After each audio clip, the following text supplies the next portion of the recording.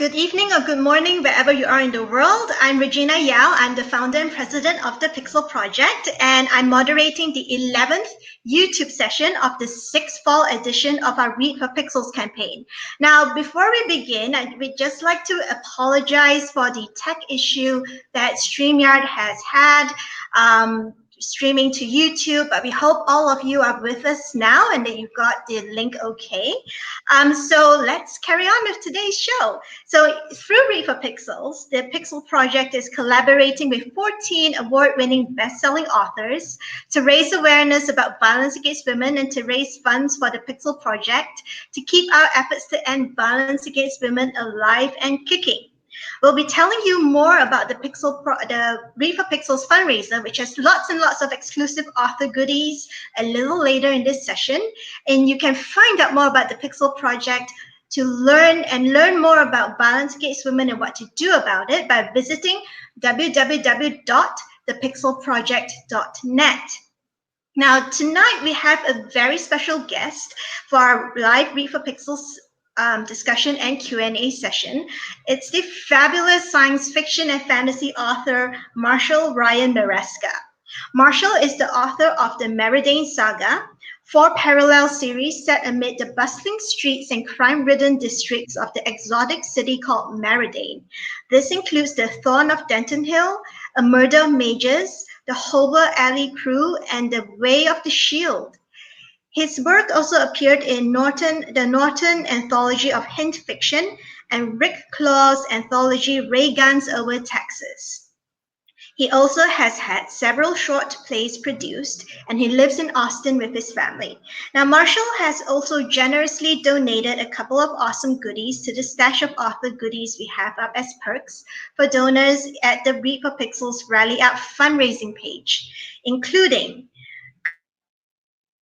Tuckerizes you in his next book. Now, this is a chance for you to name a minor character after yourself or a friend in Marshall's next Meridian book, which will be read by thousands of fans worldwide. So who knows? Marshall might even give you a memorable death because Tuckerizations were, as Marshall said, am I correct, Marshall, that Tuckerizations were initially set up to as minor characters to be killed off? You told me. Given to understand, and I could be wrong about this, that the original usage of it was specifically that you put you name a character in the book after somebody, but specifically a character that's going to be killed. Now that I think the usage has evolved since then to be just that you name a character after a real person in general. But I'm given to understand, and again, I could be wrong about this, that was the original meaning of it, and that there are some people who are sticklers out there who will say it's not really a Tuckerization unless the character dies. Okay, so, and also goodie number 2, Marshall actually critiques 5,000 words of your work in progress. So, Marshall, am I correct? So the donor who donates to get this critique session will have 5,000 words of his, her, of their work in progress critiqued by you in writing via email. And they'll have a chance to ask you questions about the critique in just one follow-up email. So anything they want to ask you, they have to bundle it into one email, yes? Yes, that's correct. Okay, so if you're a fantasy author who doesn't live in the US in particular, here's your golden opportunity to get honest, professional feedback on your work from one of the best-loved fantasy authors out there today. Now, we've raised 1,475 towards our 5,000 goal, fundraising goal so far, which is our slowest fundraiser yet. So please give generously before the fundraiser ends in October 2019, which is also coincidentally Domestic Violence Awareness Month. So all funds go towards the Pixel Project's work to help end violence against women. and that includes domestic violence. And if you're watching this session on YouTube right now, you will also be able to ask Marshall questions live. Just make sure you're logged into your YouTube account so that you can type your questions into the chat box to the right of the YouTube screen. And Xiaoqin and Denisha, who are today's producers and chat box moderators, will relay them to me to read out to Marshall to answer. And now, over to Marshall. Welcome to Read for Pixels. Marshall, what will you be reading for us today? I will be reading from Shield of the People. Well, let me tilt this so I'm not glaring the book cover out of the way, which is the book I have coming out on October 29th. It is both the second book in the Meridian Elite series, which is the fourth of the 4 series that take place in Meridian, and the 10th book overall in the whole saga. I try and make it so each book you can read individually, though of course it makes more sense if you read the entire series, all 4, that you can read all 4 series in order. Because of course I'm not going to tell people no, I'm going to read them all. Read them all. They're great. But so I'm going to read a passage from that in which one of my 2 main characters, the 2 main characters are Dane and Jiren. Dane they're both members of an elite warrior order that is a little out of date in the society. So they're the order is kind of a throwback and losing more and more power and prestige within society. But they're both striving to become full members. Dane is a candidate, which means he has gone through all of the training and is basically waiting to see if he's going to be accepted into full membership. And Jiren is an initiate in the 3rd year of her initiacy, so she is still in training.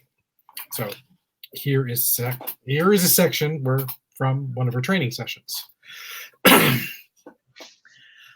I want your faces to touch the ground when you drop, Bien shouted.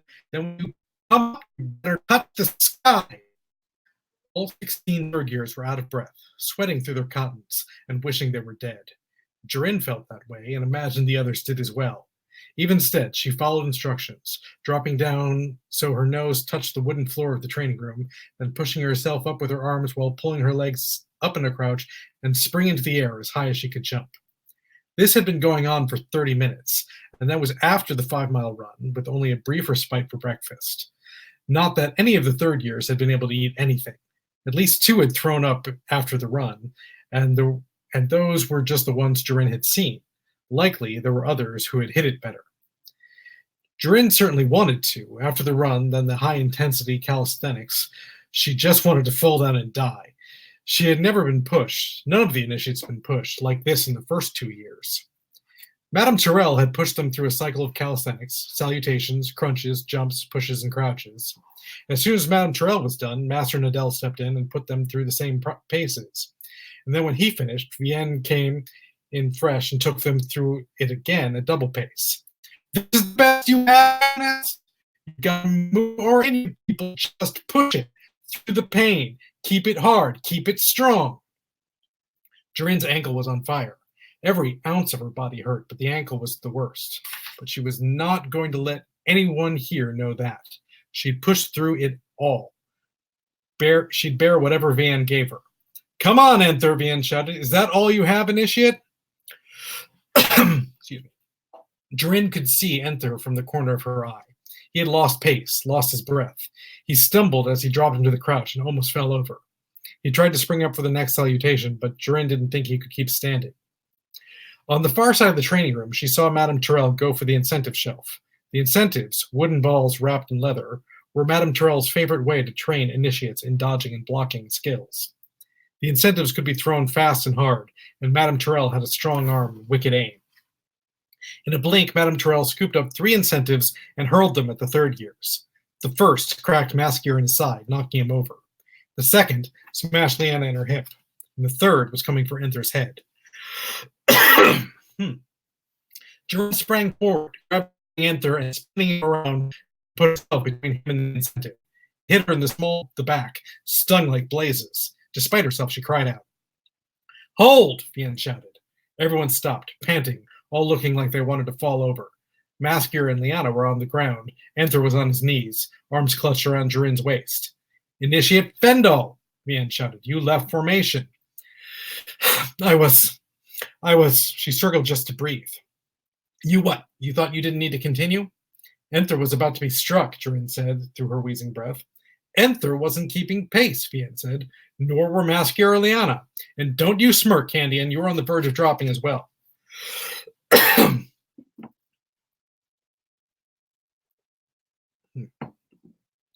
Enther tried to speak, but couldn't even manage anything other than gasps, still clutching onto her. He needs water, Durin said. He needs to be able to dodge incentives on his own, Vienne said. What made you think you should take the hit for him? Durin wanted to scream at Vienne, pick up the incentive and smash it on her nose, but that wouldn't help. What would Dane have done? What would Dane say? Because I'm a Tarian, Durin said, and that's what we do. Finally, Montreal said, someone gets it. At least the initials dropped to the floor. All right, Montreal said, get some water, stretch and cool down. In 20 minutes, we're on staff drills. Durin let herself sink to the floor, holding Enther up. You all right? I just need a moment, he wheezed. Rayla came over with 2 cups of water. She handed one to Durin, the other to Enther to drink. I should have done that, she said. You're ranked 5th, Durin said. You don't have anything to prove right now. We all have something to prove, Enther said. He took another gulp of water and then added, you probably won't be last after today. Maybe now I will be. Nonsense, Rayla said, caressing his head. It's going to be Maskier. We all know that. Enther laughed, and Durin did despite herself. Durin looked up and locked eyes with Madame Tyrell, who gave her the barest of nods. Come on, Durin said, extracting herself from Enther's body. Let's stretch this out, or we're going to feel even worse tomorrow. I don't think that's even possible. Durin already knew that she would feel worse tomorrow. No matter where she was in the rankings, someone else in this room was going to be last, and she wouldn't wish that on any of them. And this was going to be their life for the next year. See, I read, or do we want to move to question, or is there something else, Regina? No. You want me to read a little bit? Do you want to read a little more, or we can get started with the discussion and Q&A session? Yeah, we can move on to that. Okay, so your books feature plenty of fantastic female protagonists like Inspector Citrine Rainey from the Meridian Constabulary series and Jareen Fendal from the Meridian Elite series, who are complex characters with agency, but they're also really human. So what or who are your inspirations for your female characters? I can't name any 1 or 2 specific inspirations. I mean, I've always been someone who had as many, female friends as male friends, if not more, throughout all of my life. So for me, making female characters who are as dynamic and full as my male characters just comments. It seems like it's an obvious thing, but I guess a lot of male writers don't think along those lines. I'm not sure. But I mean, my inspiration is that I've known plenty of dynamic and interesting women over the course of my life. So of course my female characters would be dynamic and interesting and 3-dimensional. Mm-hmm. And what's interesting is in the Kingdom of Druthel, where your Meridian series is set, women can hold positions of authority like being a police inspector, mage, a knight, yet they can't vote. So why do you choose to create a society which gives women some agency, yet not suffrage, which is one of the most important civil rights for any human being? I absolutely agree. Because I was very interested in writing about a civilization that was in the process of change, which is not a thing that you see too often in fantasy. Fantasy tends to be a very what's the word I want? A very static genre in the sense that they tend to tell stories about cultures that are locked into a certain thing. And rarely do you see active change occurring. And I wanted to, over the course of these books, show the culture shifting and that it's an imperfect culture that is in need of changes. So that was one of the things I wanted specifically to do, was have women's suffrage be something that needed to happen. And so there are secondary characters who are very active in that movement. There's a bit in Shield of the People where Dane goes to vote because it's election day at the beginning, and when he's going, there is the suffragette group that is right there saying, "Hey, you need to sign this petition about us needing to vote." And he's like, "Yes, of course, I'm going. I'm for doing that." So that was the key thing, is creating a culture that was imperfect for the sake of having there be places that it could evolve to. It is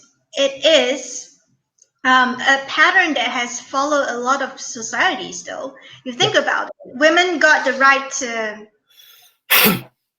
own their own businesses or do business, go to school, wear shorter skirts, then, when changes in fashion became more liberal, but we had to fight for the right to vote. We could do a lot of stuff, but we had to fight for the right to vote. And I think in the US, it also split. Correct me if I'm wrong, but in the US, because of the fight for suffrage, it also split feminists along. It also brought in the question of race, because white women were fighting for suffrage. But in order to do that, they threw their black sisters under the bus first because they felt they had to get the vote first. This was what has been discussed for a lot. So, yeah, the right to vote, suffrage has pitted women against women because everyone wants to vote. But then men all get to vote first. Kind of not fair. Oh, no. So, anyway, so let's move on to motherhood. So let's talk about the portrayal of motherhood in your books. And before we got on air, we were talking about how rare it is to actually have a fantasy book led by a mom who's, and in Citrine's case, in The Murder of Mages, a working mom. And in The Murder of Mages, it's not just Citrine. You have quite a few mother figures, including Minox's mom and aunt, who ruled the Welling household. So Citrine's experience shows that motherhood isn't all the wonderful life-enhancing experience that culture keeps trying to sell to women. And you don't shy away from showing that mothers are also human, that they do also make mistakes. So how did you strike that while you were writing Citrine? How did you strike that note of empathy and humanity when writing about her and other mothers and their complicated relationship with motherhood? Well, I definitely wanted to explore, the idea of the lengths somebody will go to, as a parent, and then in Citrine's case specifically as a mother, to take care of their family and do what is necessary in order to provide for them. And Citrine, at the beginning of the book, I mean, really before the book even starts, but at the beginning, is the burden of being the sole provider for her family has fallen hard upon her shoulders, and she immediately takes action, which is, well, it's illegal what she does, in that she fakes her way into getting a higher paying job than the one that was offered to her. She's offered a position that will not be giving her enough money to actually cover the expenses she has if she wants to keep her daughters going to the expensive school that they're going to, and for the woman who's taken care of her husband who is deeply infirm. And so she basically fakes her credentials so that she can get a job that pays a lot better, which is being an inspector in the constabulary rather than just being a clerk.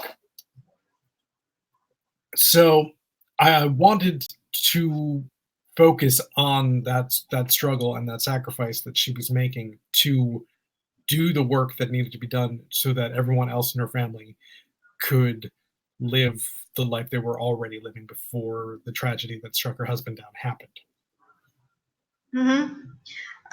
So let's talk about stereotypes and tropes because all genres have their female stereotypes and tropes, and Citrine actually in embodying what a lot of single moms face because essentially she's become a single mom. Her Right.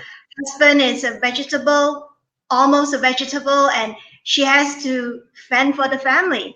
And as we were chatting, backstage before we came on air, it's really real, the catching your daughter with an unsuitable older guy in public and having arguments with your kids and trying to get childcare.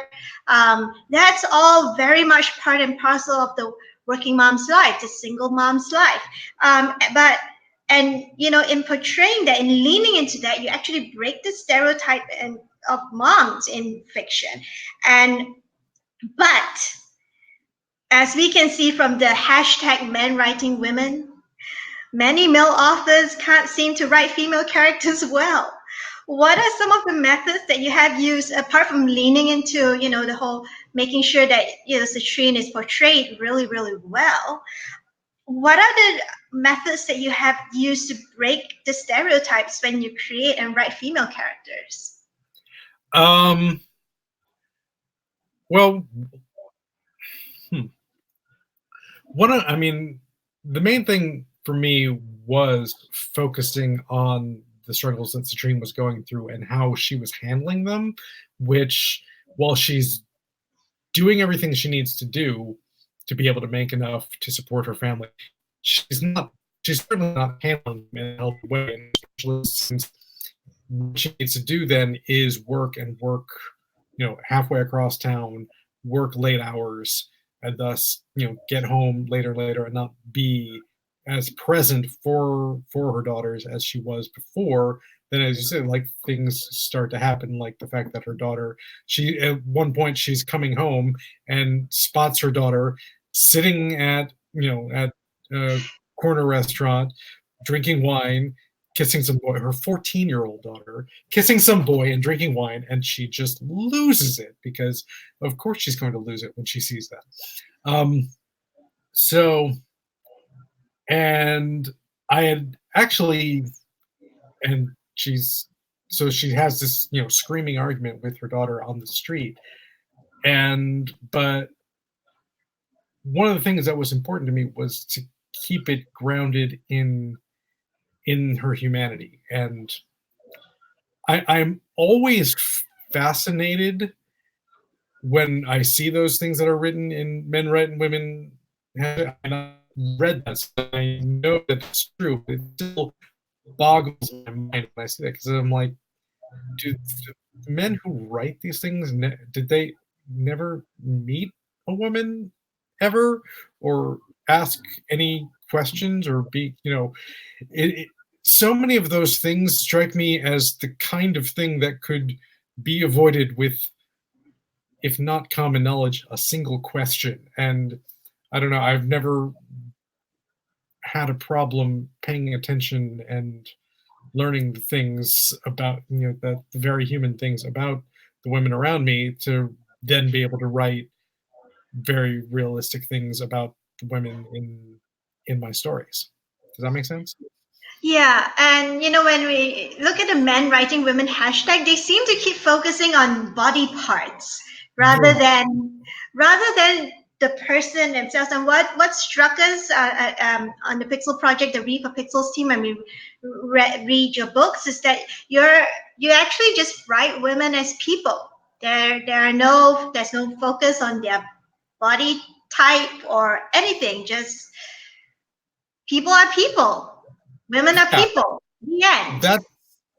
That's always been important to me, in the sense, like, I'm kind of boggled when I read things, especially where they're written in supposedly the woman's point of view, where there's a scene where she's looking in the mirror and seems to want to have sex with herself. I doesn't strike me as particularly realistic. And yeah, I focus on the body descriptions of my female characters as much as I do the male characters, which is not that much, and it's because that's hardly the most important thing about the characters necessarily, rather than their internality and what they're going through and the choices they have to make. Yeah, I mean, like with Minox, we see him being hungry all the time because of the magic that he carries and uses, but that's part and parcel of character development. And we hardly hear about Citrine's body type or anything. We just know that she's really tough and she can do a street brawl as well as anyone else. That was what I liked about Citrine. Like, she's not gonna take any nonsense. If she had to brawl with these street urchins, she was gonna brawl with these street urchins. No prisoners taken. So. Because that's how she grew up. Because she was one of those street urchins when she was a kid. So she knows exactly what that's like, and thus doesn't even want to. Is not going to put up with it now. Yeah. So talking about we're talking about realistic portrayals of women. Most of your books definitely pass the Bechdel test with the inclusions of complex relationships between women. So why do you think so many science fiction and fantasy authors still have trouble writing stories that pass the Bechdel test, despite the fact that there are many more things that women talk about other than men? And what can you suggest for writers who want to write female conversations realistically? To my fellow male authors, what should that? I mean, write women as people. It's really just that. It's really just that easy. It seems to me, and I don't like I know exactly what you're talking because I see it all the time, but I don't understand why so many male authors have such a problem with it. Like, I don't get that mindset at all. It's very foreign to me. Maybe, maybe do you think it's because deep down inside they don't really see women as people? I think you might be, sadly, I think you might be right about that. So if these male authors don't see women as people, well, what would you suggest? Yeah. What would you suggest to them? Because the process of writing is actually instructive given so much research and all it's done by most authors to write the best book they can write. But then they fall down at the simple Bechdel testing. I mean, what would you suggest beyond seeing women as people if they're having trouble doing that? Well, to also along those lines, with your female characters, examine the full dimensionality of their life, and so there are going to be other women in their life, and they're going to have the same sort of struggles and problems that the male characters you have are going to go through, and they're going to talk about it. They're going to have to deal with that, and right there is where you're going to find that. I mean, yeah, although your books feature some misogynistic characters, and we really can't run away from that because Druthals is still, in the process of social change when it comes to gender equality. And Mareday society mostly doesn't view women as equal to men in many ways. Even though your books have that, we also see that the male-female relationships between the main characters are generally quite equitable. And some of your male characters are respectful of women, their thoughts and decisions. So do you think reframing how stories describe men away from hostile and toxic stereotypes and towards complexity and even vulnerability can be one of the ways that science fiction and fantasy authors can break away from toxic tropes that promote toxic masculinity and the dehumanization of women. Yes. And I think it's important to be aware that you can still write things in societies where toxic masculinity still exists within the society, but write with an awareness that you can write these things existing without giving those things approval. And I think that's the crucial step, is you can write the negative aspects of your societies without endorsing them. And you can write the negative aspects of your society while condemning them. Well, I mean, you can condemn them outright, but I think you can write characters that embody those things without showing that you, as the writer, are endorsing them. I mean, yes, also, you don't necessarily, I think condemn might be a strong, although certainly that can be the thing you do as well. But, and I think that boils down to point of view of character, because you're writing characters who are still part of this society that is patriarchal and filled with toxic masculinity. So they're going to be affected by it. So even on a subconscious level. So while they don't approve, they aren't necessarily going to step up and show outward condemnation. But that's on you as the author to present these things in a way that's not, it doesn't show that you endorse. Hello? Can you hear me? Yes, I can hear you. Okay. So, I think I sort of trailed off in my own thoughts there for a minute. Oh, right. So I was wondering if you had anything else to say. Adjacent to that, do you think eventually the violent alpha male type character would phase out of science fiction and fantasy as everybody start kicking out toxic masculinity? Or do you think it's one of those stereotypes that's going to stick around for a while longer? It's probably, sadly, it is probably going to stick around for a while longer. I mean, over the course of time, will it get phased out? I think so. At least as a protagonist, it should get phased out in the near future, I would hope. But I think as an element that's still there, it's going to take longer, sadly. And you know that stories are one of the most powerful ways of bringing about social change, because people have been using stories for millennia to convey, to pass down wisdom, to pass down tradition, to, history. History is a story. Basically, it's a huge ongoing story about what everyone did. So let's talk about writing stories and genre. So the line between consent and coercion isn't always very clear in fantasy books, whether it's epic fantasy, urban fantasy like yours, or paranormal fantasy.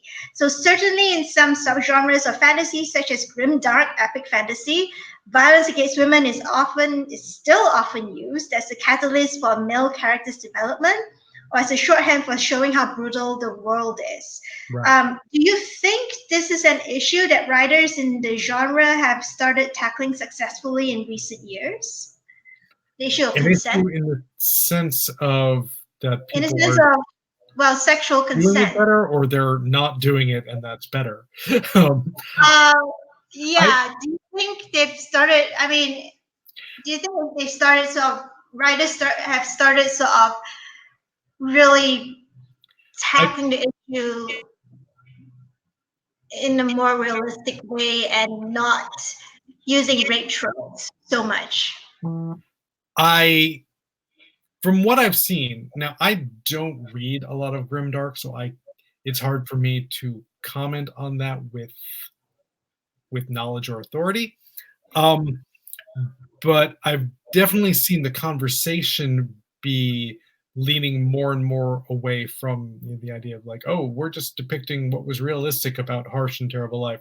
That people are not interested in reading that, and so I'm seeing more and more authors wanting to steer away from that trope in general.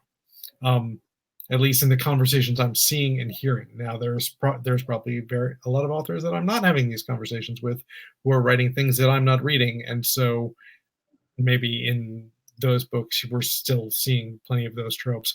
It's definitely not something I'm personally interested in writing, and Mhm. certainly not interested in using the excuse of this is a realistic depiction of grim, horrible, terrible things. And so I think that is where the conversation is leaning towards, that such depictions are not necessary for good storytelling, and that they're often used in sensationalist graphic ways that are not appropriate.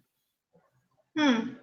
So, what would you suggest to science fiction and fantasy authors who wish to include violence against women in their books? I mean, you did have a line where Citrine in A Murder of Mages, where Citrine recalls very briefly that the female crime boss has held her down to be raped by her brother, and then that's why she has her knives out for the crime boss, along, among other things, other reasons.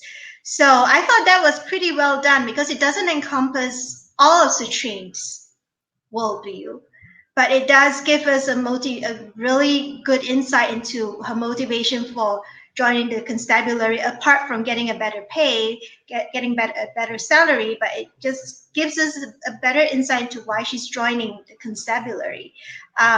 What would you suggest to authors who want to include violence against women? Well, with that specific line, I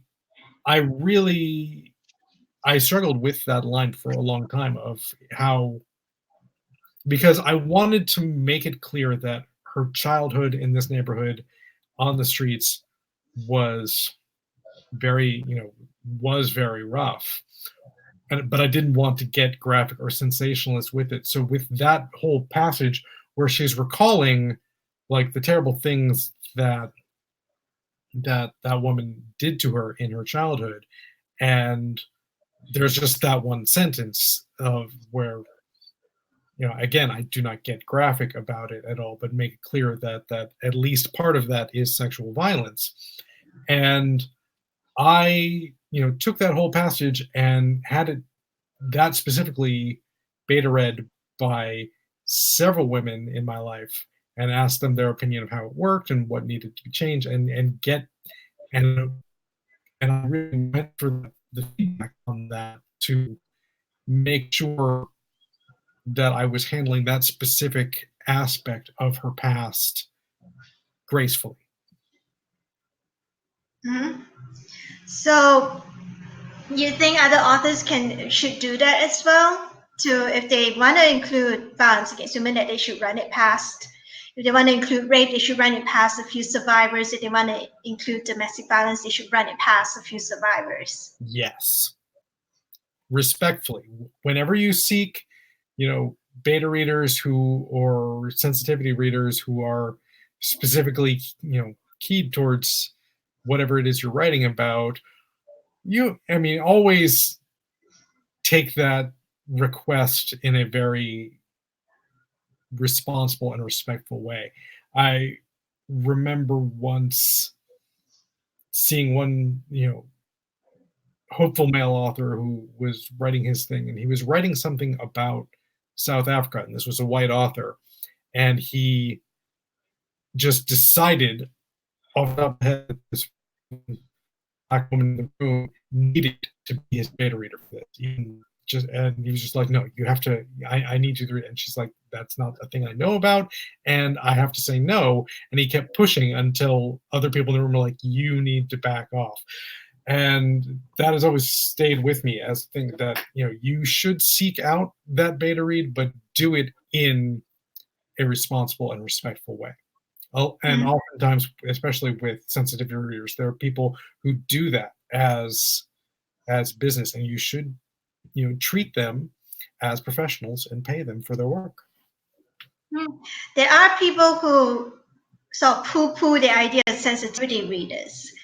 It's kind of a no-brainer though, right? That if you're going to write about a marginalized community and you are not part of the marginalized community, that you really should get someone from the marginalized community who can at least read through it, right? It seems so obvious, and yet people push back on that. Like, don't you want it somebody who knows that and lives that to at least tell you what you are doing right and wrong so you can make it as the best you can do? It seemed like you're looking for an expert opinion, and it seems like a no-brainer to me, but yet it seems people push back on that. Again, I don't understand. It seems perfectly sensible to me. I mean, if nothing else, it helps you produce a better book. Yeah. Even if you don't, to make the best book. Even if you're not, if you're not doing it for the right reasons, do it because you want to produce a better book. It seemed obvious to me, but I don't know. And many people in the anti-violence against women movement say that male violence is the main, if not the root cause of violence against women and girls, and of violence in general. So how do you think stories and books like yours can help move this conversation forward in a constructive way? That is a good question. I mean, I will fully acknowledge, I write action, so I have characters, both male and female, who often are using, violent means to solve problems. I mean, the Thorn of Dent Hill series is basically a superhero series in a fantasy world, so he's solving a lot of problems by punching drug dealers in the face, because that's his main thing.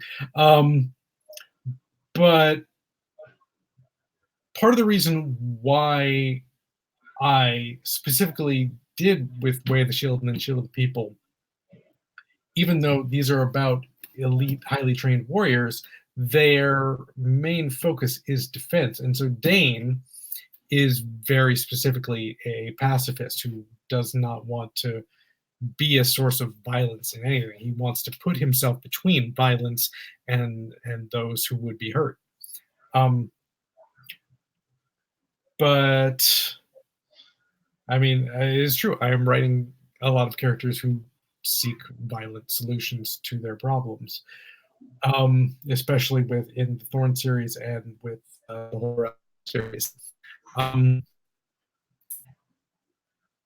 It's sometimes I do worry a little if what I'm writing comes off as an endorsement of violence as a solution, which is not something I personally live by or believe in. But to a degree, that is like the nature of the genre. And so I strive to at least include some balance in that, if that makes sense. Mm-hmm.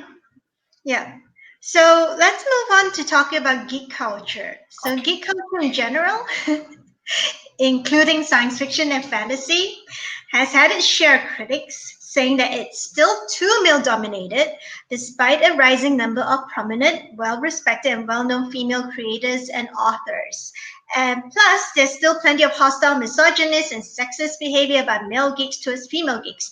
Witness the tantrums by male geeks when, let's see, Wonder Woman came out, Captain Marvel came out, gender flipped Ghostbusters. Yeah. So, what do you think needs to be done to make culture as a whole? Hello? You there? Yes, I'm here. And I was just thinking, like, I've been eagerly awaiting the Batwoman series on the CW. I'm a huge fan of all the CW superhero series that are now converging. Big surprise, a bunch of series that all converge into one story is a thing that I'm into. What a shock! I know, but I've been eagerly anticipating Batwoman to get started. But I've noticed there are a lot of people in the YouTube comments who are very mad that it exists, which is a shame. But like it's again, it's the same thing that you saw with Wonder Woman, you saw it with Captain Marvel, you saw it with the Ghostbusters reboot from a few years ago. Um, how can we stop it? I mean, Yeah, some how can we people. make geek culture more welcoming for women and girls? Because honestly, I'm at that point personally where I see all that and I just go, y'all can die mad about it. This is not pie. Pie, it doesn't run out like pie. I think to agree, those people are just going to get mad, and that's they're a vocal minority, but they are more and more the minority as more and more people are embracing their belonging in the Greek into I said Greek when I meant geek belonging in geek culture and more works that are inclusive and have a wide variety of characters are coming out, and that's what's happening. That those things are coming out, and more things that are for a wider or different audience of people are being created, and that's amazing. And that's going to be part of geek culture, and the angry minority is just going to have to accept that that's where they are now, and Yeah, or they either have to accept it or die mad. That's yeah, what can we do is we can raise the voices of the people who are being accepting and endorse and celebrate all the more inclusive works that are coming out mhm. and drown out those angry voices. Yeah, and you said you're gonna be attending the NYCC, the New York Comic Con, and Yeah. they have a really good policy about harassment, sexual harassment at their con, which they actually stick out a big sign at the entrance going, this is our policy. This is what you do if you get harassed. Now, not all cons do that, and it's a question of safety. I mean, what do you think?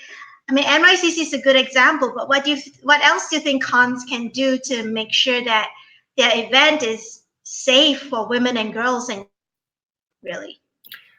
Well, I mean, fortunately, more and more cons are being explicitly aware of that, and in the case of New York Comic Con, posting it big and bold there. And I think San Diego Comic Con has been doing that as well. I've never been to San Diego Comic Con, so I can't really speak to that. Um, I tend to go for the more sort of smaller literary focus cons on the whole. Go to New York isn't for me. Actually, I sort of did it once before. This is going to be the first time there as a panelist. But I mean, obviously, some cons are doing a better job than others and being more aware of it. And I think at least part of it is when there is an incident, how well it is handled. Because I don't think, sadly, no amount of policy in and of itself will stop an incident from happening, but how the con then reacts to and treats the incident is the real bellwether. Um, at my home con here in Austin, Armadillo Con, you might have seen there was some news when it happened that there was an incident that required the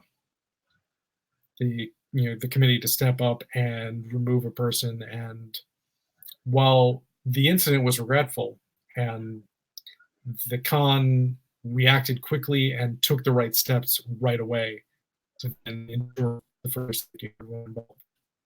So I'm seeing that sort of thing happen more.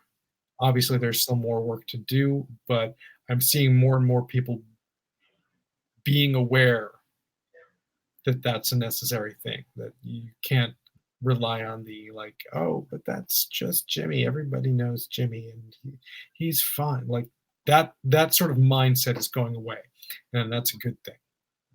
Yeah, and It's actually nice to know that if we, as a woman, if I go to a con, that I'm going there to have a good time, right? Maybe cosplay, attend panels and all. It is a form of peace of mind for women and girls to know that if they're going to the con to have a good time, and they will have a good time.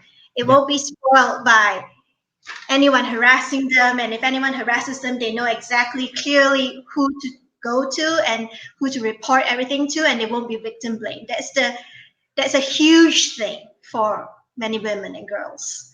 that the um, con has your back yeah, when something does happen, that you have confidence that it will be handled appropriately. yeah. And we've heard whispers of, there are guys who are blacklisted across multiple cons because of their behavior. Sometimes we wish that blacklist would be more public so everyone knows, but not at that stage yet, I don't think. So Yeah. let's switch gears a bit. So let's talk about parenting, because you have a son in college now. So you've had what, Mhm. 18, 19 years of parenting experience. So let's get down to this. So parents are usually the most influential role model in a person's life. So Yeah. as a dad, what do you think parents can do to help prevent violence against women and girls in future generations, and to get boys involved in helping to do so? I think the big thing is just to provide that example, and to show yourself to be against violence against girls and women, and teach that first and foremost. And then train train your children to see women as people, and to not see violence against them as appropriate. um and like, I like to think that with my son we did a good job with that. I mean, because my wife and I did parent him together with that those what's the word I want? Sorry, my brain is starting to go. So we did raise him with those ethics and with those responsibility and those not responsibility. Well, even still responsibilities. I'm rambling at this juncture, but I think just providing that example, providing showing clearly that you don't find violence against women and girls acceptable, and thus instilling those values, and that's the core of it right there. Okay, so we're going to wrap up. So we have one final question to ask. Well, a two-part question, Okay. and it's a Captain Obvious question. But we ask everybody, since this is the work that we do. You have been so very incredibly supportive of our Read for Pixels campaign and our anti-violence against women work as a whole. So why do you support the cause to end violence against women, and what do you think authors can do to help with the cultural change needed to stop and get rid of violence against women and girls in the long run?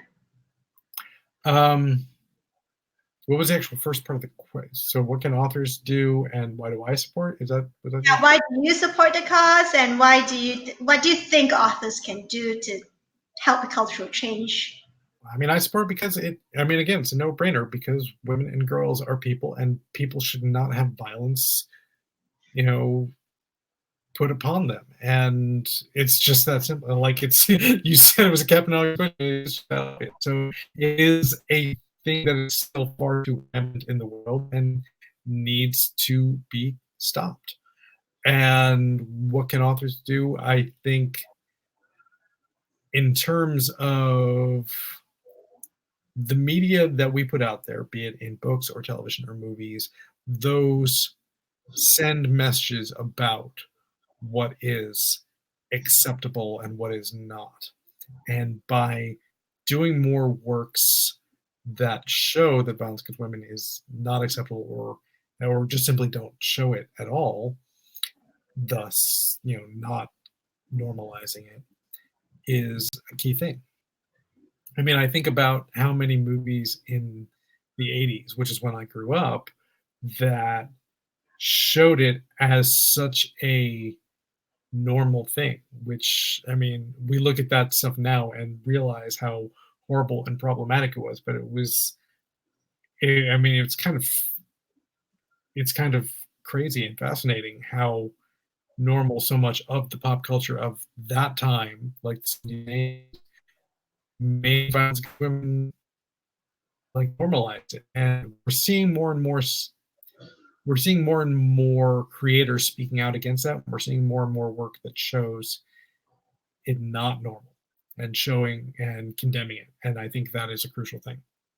Yeah, and you do make a good point, because there's there's a lot of conversation going on right now on social media about whether we should separate art from the artist. And I was in a forum the other day, and someone said something that was pretty disturbing to me. As an educator, as an activist, as a human being. The person said, why should we hold, he basically said, I'm paraphrasing, he said, it's dangerous to hold artists to a higher standard of conduct than anyone else. And I just wanted to tell him, well, we're just holding artists to the same standard of conduct as teachers, as parents, as anyone holding public office. Well, less we say about public office right now, the better.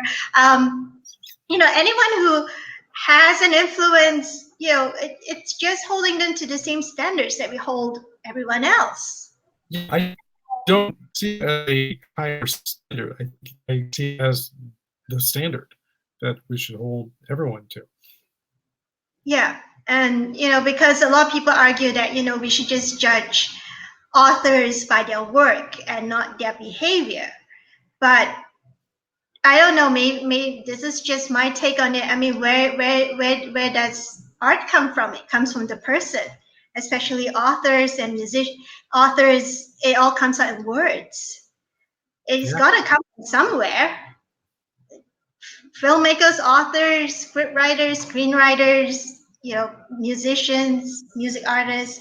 It's got to come from somewhere. It doesn't come from thin air. Yeah. No, I completely agree. And I mean, I am hopeful that, I'm aware that the things that, just as things in 70s and 80s that were normalized then are now seen as problematic now, I'm aware that we're going to have things that we're right now that seem normal now, that 20, 30 years from now are going to be seen as, oh, can you believe in the 2010 they were saying that was fine? And I hope that as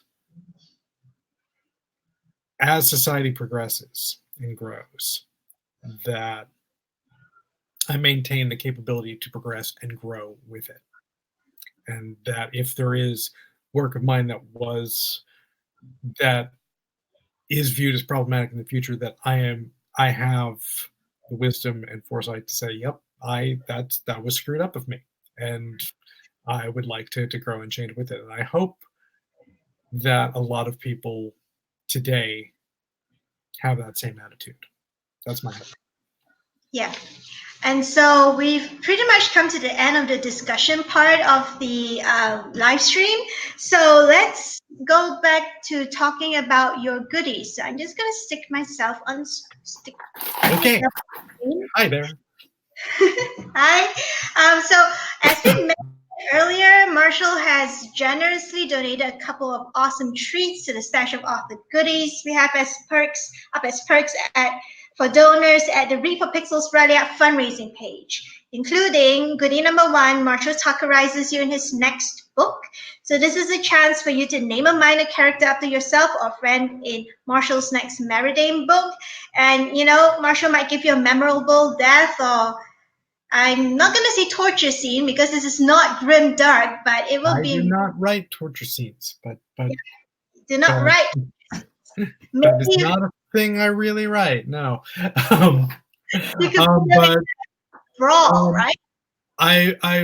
So the book that will be People the City, which will be the third book in the Meridian Elite that comes after this, but it is also as the 12th book of all of the Meridian Saga and the third book of, since all four series will have three books, and that's going to be the everything comes together intertwining books. It's going to be a big one, and I'm really super excited about it. Will be coming out next year, so I've earmarked I haven't settled on exactly which Tuckerization it's going to be, but I've earmarked a few mentioned characters to be the potential Tuckerization. So some of them die, some of them don't. So that can be whoever takes that perk that can be a conversation we can have. And I will chat with that person, and we'll come up with something that everyone's going to be super excited about. Yeah, so it's kind of like what Laura Ann Gilman's doing, where I mean, she's decided which of the characters that she's gonna be Tuckerizing. Right. School one is a suffragette librarian, and the other one is aspiring robber baron. So, but with Marshall, you're gonna get surprised. You're gonna get to discuss it with Marshall. Yeah. So which character your name will be applied to, or your friend's name. If you want to give this as a birthday present to a friend or a family member, this is actually a really, really cool birthday present. We actually also had a mom have one of the authors tuckerize her late daughter as a memorial in memoriam of her daughter. So that's a really lovely way to do it as well. Not saying that the person whose name you're giving, Marshall, should not be around anymore. But here are just some ideas as to how tuckerization can work beautifully. You can, it could be a gift to someone, it could be yourself, it could be in memory of someone. You can discuss it with Marshall if, just donate the $400. Oh, and Marshall will send you, wherever you are in the world, Marshall will, once the book comes out, he'll sign and personalize and send you a first edition copy of the book so that you have it as evidence that you are actually in the book.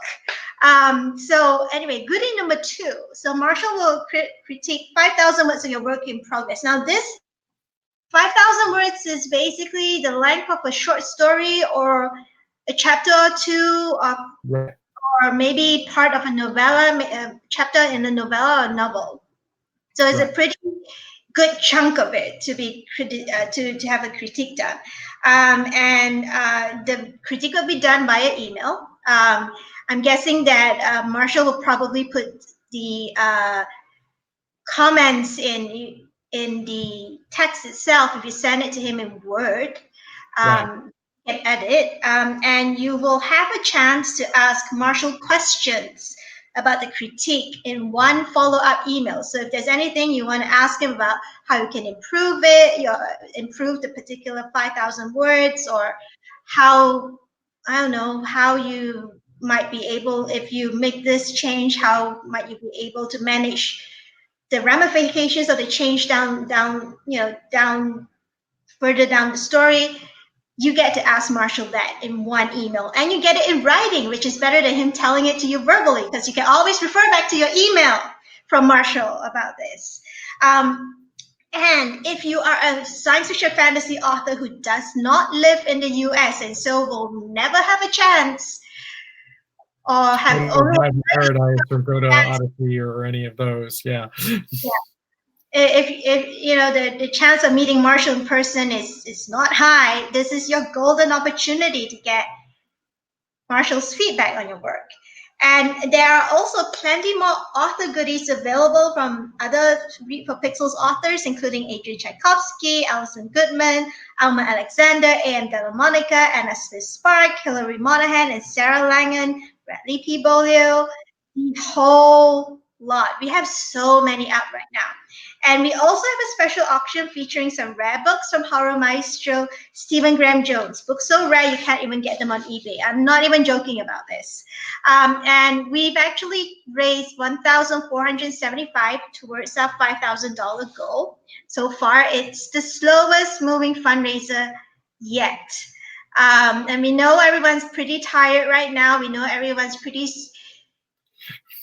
stressed, but any donation would be great. Even $5 would be great, because this goes towards maintaining programs like this one, where we create and provide resources for everyone to learn about violence against women and to get started talking about it.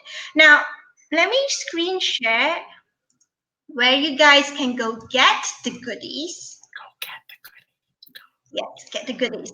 So here we go. So to donate for goodies via Rally Up, that's where we hold our fundraisers. You go to bit.ly/R4P Rally Up 2019. This is case sensitive, so make sure you take it down correctly. If you want to bid on Stephen Graham Jones's first edition books, you go to bit.ly/SGJ Charity Auction 2019. I can assure you that the books are in pristine mint condition. They are with Stephen right now. He will sign and personalize the books to you. He will send it to anywhere in the world that you have a working address, as long as your address works, please. And you can find out more about Read for Pixels, the Read for Pixels program, by going to bit.ly/readforpixels. And so I'm going to stop the screen share. Now, Marshall, you have some announcements that you want to make. What would you like to tell everybody? The big ones are, of course, that this book, Shield of the People, will be coming out on October 29th. So please pre-order. And if you're like, well, if I'm going to get that, don't I need to get the book before that? Well, yes, you can. You can get Way of the Shield, get it right now, read it right now, and then you'll be ready for Shield of the People when it comes out on October 29th. And I will also be appearing at New York Comic Con next weekend. Specifically, I will be on a game show panel whose name escapes me at the moment, but that will be Saturday at 2:45 in New York at New York Comic Con. And then I will be signing books directly after that, and also signing and giving away copies of Way of the Shield on Sunday at the Penguin Random House booth at New York Comic Con. So if you are in the area and going to New York, and come up, say hello. I will always be happy to say hello back. Okay, so before we go, if you want to find out more about violence against women, please go to www.thepixelproject.net, because there you can find a whole bunch of resources, of introductions to every form of violence against women there is out there. You also have resources for helplines, you have resources for learning more about it. Just go check it out, and you can find out more about this campaign and all the other campaigns and programs that we have that you can take part in if you are on social media and you're online. If you're watching this, clearly you're online, and clearly you're at least watching YouTube. So you can go find out more about it. Now, Marsha and I are going to say good night or good morning wherever you are in the world today. Any last words, Marshall, before we wrap up? Just, I want to thank everybody for coming and watching this, and go donate, give your support. Thank you. Right. Good night, everybody. Good night. Good morning.